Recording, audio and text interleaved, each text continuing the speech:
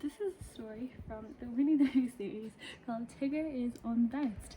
Tigger has become so bouncy that the time has come for him to be unbounced. So Pooh, Piglet and Rabbit take Tigger for a long explore to a place where he has never been and where the mist is thickening. What will Tigger do when he discovers that his friends have disappeared? One day, Rabbit and Piglet were sitting outside Pooh's front door listening to Rabbit, and Pooh was sitting with them. It was a drowsy summer afternoon, so Pooh got into a comfortable position, not for listening to Rabbit, and from time to time he turned his eyes to say, ah, and then closed them again to say, true. And from time to time Rabbit said, you see what I mean, Piglet? Very earnestly, and Piglet nodded earnestly to show that he did. In fact, said Rabbit, coming to the end of it at last, Tigger's getting so bouncy nowadays that it's time we taught him a lesson. Don't you think so, Piglet?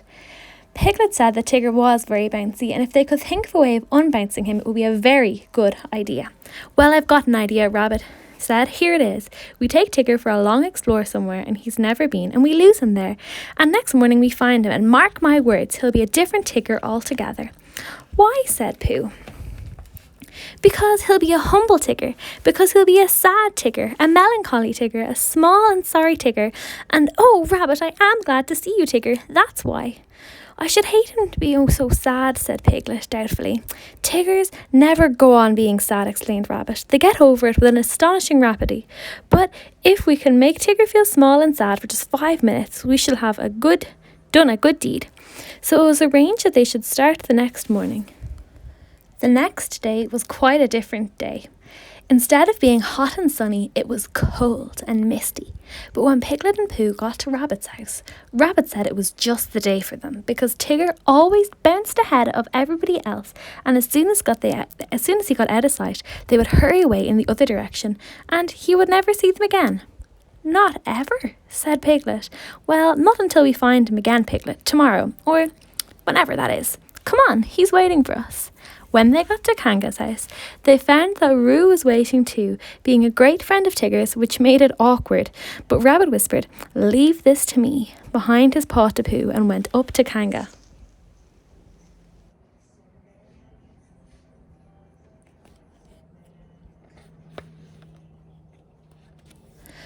I don't think Roo had better come, he said. Not today. Why not? Said Roo, who wasn't supposed to be listening. Nasty cold day, said Rabbit, shaking his head.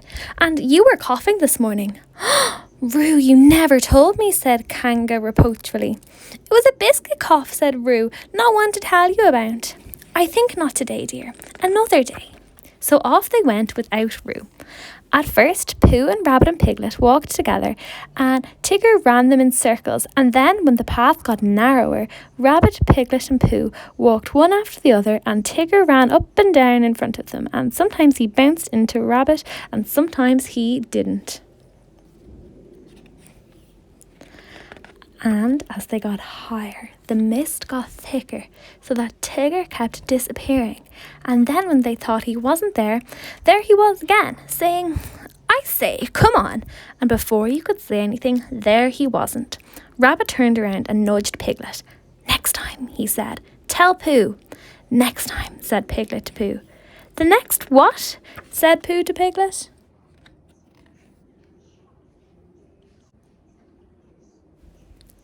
Tigger appeared suddenly, bounced right into Rabbit and disappeared again. Now, said Rabbit. He jumped into a hollow by the side of the path, and Pooh and Piglet jumped after him. They crouched in the bracken, listening. The forest was very silent when you stopped and listened to it. They could see nothing and hear nothing. Ksh, said Rabbit. I am, said Pooh. There was a pattering noise, then silence again.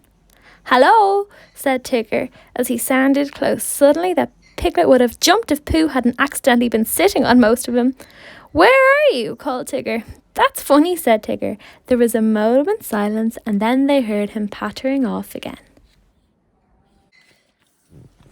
Well, Rabbit whispered proudly, there we are, just as I said. And then they hurried off, Rabbit leading the way. Why are we going along here? Said Pooh after a little while had passed. Because it's the way home, Rabbit said confidently. Oh, said Pooh. I think That's more to the right, said Piglet nervously. What do you think, Pooh? Pooh looked at his two paws. He knew that one of them was the right, and he knew that when you had decided which one of them was the right, then the other one was the left, but he could never remember how to begin. Well, he said slowly. Come on, said Rabbit. I know it's this way. They went on. 10 minutes later, they stopped again.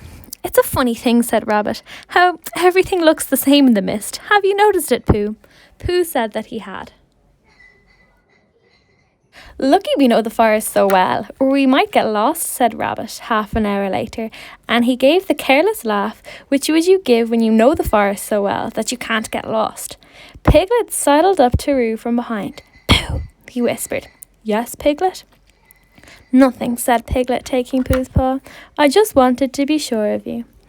When Tigger had finished up waiting for the others to catch up on him, he thought he would go home.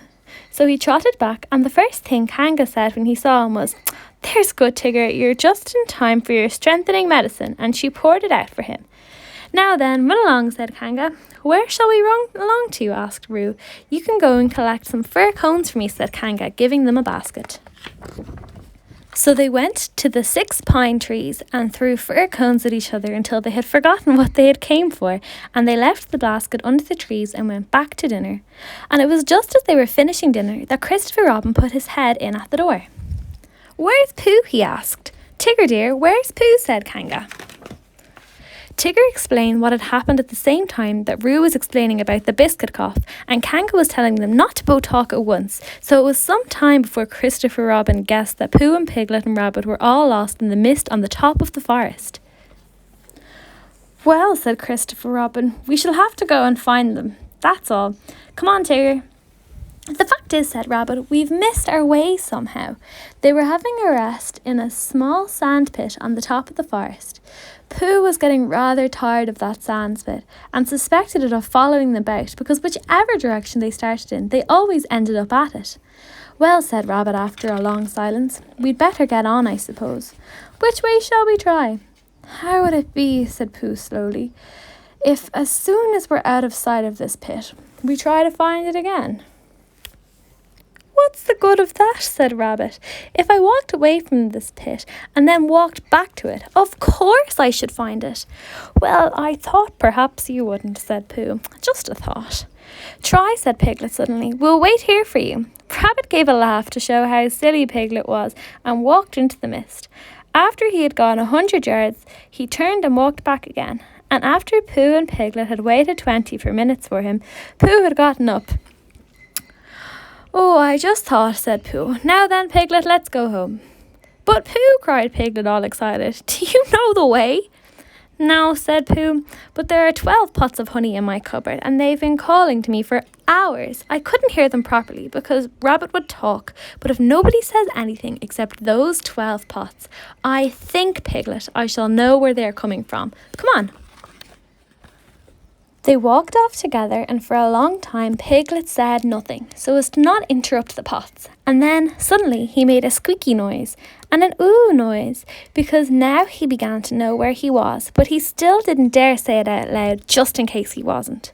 And just when he was getting so sure of himself that it didn't matter whether the pots were calling or not, there was a shout from in front of them, and out of the mist came Christopher Robin. Oh, there you are, said Christopher Robin carelessly, trying to pretend that he hadn't been anxious. Here we are, said Pooh. Where is Rabbit? I don't know, said Pooh. Oh, well, I expect Tigger will find him. He's sort of looking for you all. Well, said Pooh, I've got to go home for something, and so has Piglet, because we haven't had it yet, and I'll come and watch you, said Christopher Robin. So he went home with Pooh and watched him for quite a long time, and all the time he was watching, Tigger was tearing around the forest, making loud yapping noises for Rabbit. And at last, a very small and very sorry Rabbit heard him. And the small and sorry Rabbit rushed through the mist at the noise and suddenly turned into Tigger, a friendly Tigger, a grand Tigger, a large and helpful Tigger, a Tigger who bounced if he bounced at all, and in a beautiful way Tigger ought to bounce. Oh, Tigger, I am glad to see you, cried Rabbit.